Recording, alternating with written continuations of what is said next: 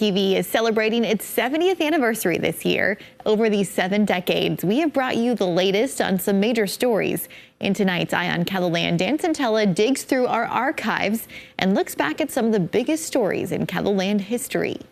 KELOLAND TV launched in 1953. It's a very happy time also to announce that we are the first television station in South Dakota. 10 years later in 1963, that year's big story was also news in Brookings. Typical of the many scenes taking place across the entire nation today is this in Brookings, South Dakota, on Saturday morning, less than 24 hours after the assassination of former President John F. Kennedy. Here, in a local cafe, various civic, church, and school leaders are gathered to discuss plans for a community-wide memorial service to be held in Brookings tomorrow night. In 1972, a flood in the Rapid City area took the lives of 238 people. Neighborhood cleanup crews break the news to friends of loved ones found in the rubble. Those whose homes were spared are opening their doors to the less fortunate, and the death toll mounts. There is no estimate of the damage, but some 40 square miles have been affected by the flash flood, and the gruesome work of body recovery and rescue operations continue. Richard Muller, KELOLAND News, Rapid City. South Dakota's own George McGovern ran for president in 1972, too. And if it should be that I become the President of the United States next January, there is only one oath that I will be called upon to make, and that is an oath to uphold the Constitution of the United States. McGovern only carried Massachusetts and the District of Columbia as President Richard Nixon easily won re-election. 1980 brought a riot at the state penitentiary in Sioux Falls. Many of the inmates' grievances deal with things that cost money, much of it connected with overcrowded conditions at a building almost 100 years old. KELOLAND News reporter Steve Hemmingson and photographer Dexter Gronseth, who is now the newsroom's assignment editor, actually went behind the wall at the penitentiary in 1980. We showed viewers this video in 1993 when the penitentiary again saw unrest. The 1980 uprising began when 325 inmates took over a cell block, refusing to return to their cells. What they wanted was publicity, giving KELOLAND's Steve Hemmingson a tour. They complained about things like peeling paint and questionable wiring. The inmates presented a list of 24 grievances.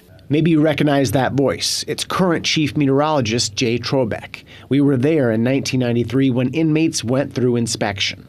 Dozens of penitentiary guards and SWAT team members stood ready as the first of over 200 inmates slowly made their way back into the cell block at 7:32 this morning. Among the first to return, one of the inmate negotiators from the prison yard. Others, like Harold Hill, weren't far behind. One after another, they went through the same routine, handing over their possessions for inspection, face down on the floor to be frisked, then cuffed, and finally escorted with a guard on both arms to lockup. 1993 was also the year tragedy struck the South Dakota governor's office. George Mickelson and 7 others died in a plane crash near Dubuque, Iowa. KELOLAND's Vernon Brown is at the governor's office in Pierre right now. And Vernon, what's happening there? It's a very somber mood in the Capitol tonight, Angela, and joining me now is Janelle Thoman, the governor's press secretary. Janelle, tell us, Lieutenant Governor Walter Dale Miller has a message that he'd like to tell the South Dakota people tonight. Can you relay that to us for him? Yes, I'd be happy to. Walter Dale said that he wanted the folks across the state to know that his prayers, and he's sure most everybody in South Dakota's prayers, are with the families of the people who were lost today. South Dakotans honored Mickelson with this memorial service in Pierre.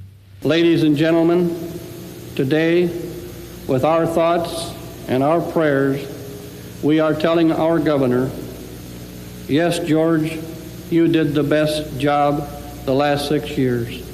No one could have done it better. A tornado devastated the town of Spencer in 1998 in eastern South Dakota. Governor Bill Janklow is with us now. Tell us, you decided it was too dangerous to have all these volunteers come out this morning. I did. It rained from 3 o'clock in the morning until it's still raining and drizzling now. We had to have a place to park all these cars. It would have been Mud City. Extreme weather was again in focus in 2003. From Woonsocket to Centerville, we have a team report on the dangerous storms that have had people taking cover all night long. 67 tornadoes hit the area in an event that would come to be known as Tornado Tuesday. A tornado outbreak is making for a menacing evening in Kettleland tonight, and it's wiped out Manchester, South Dakota. Our reporters on the scene say the tiny town is flattened. One of the biggest political events of these 70 years came in 2004 when John Thune beat Tom Daschle for a seat in the U.S. Senate. Daschle had served as both Senate Majority and Minority Leader in Washington, the only South Dakotan to ever hold either office.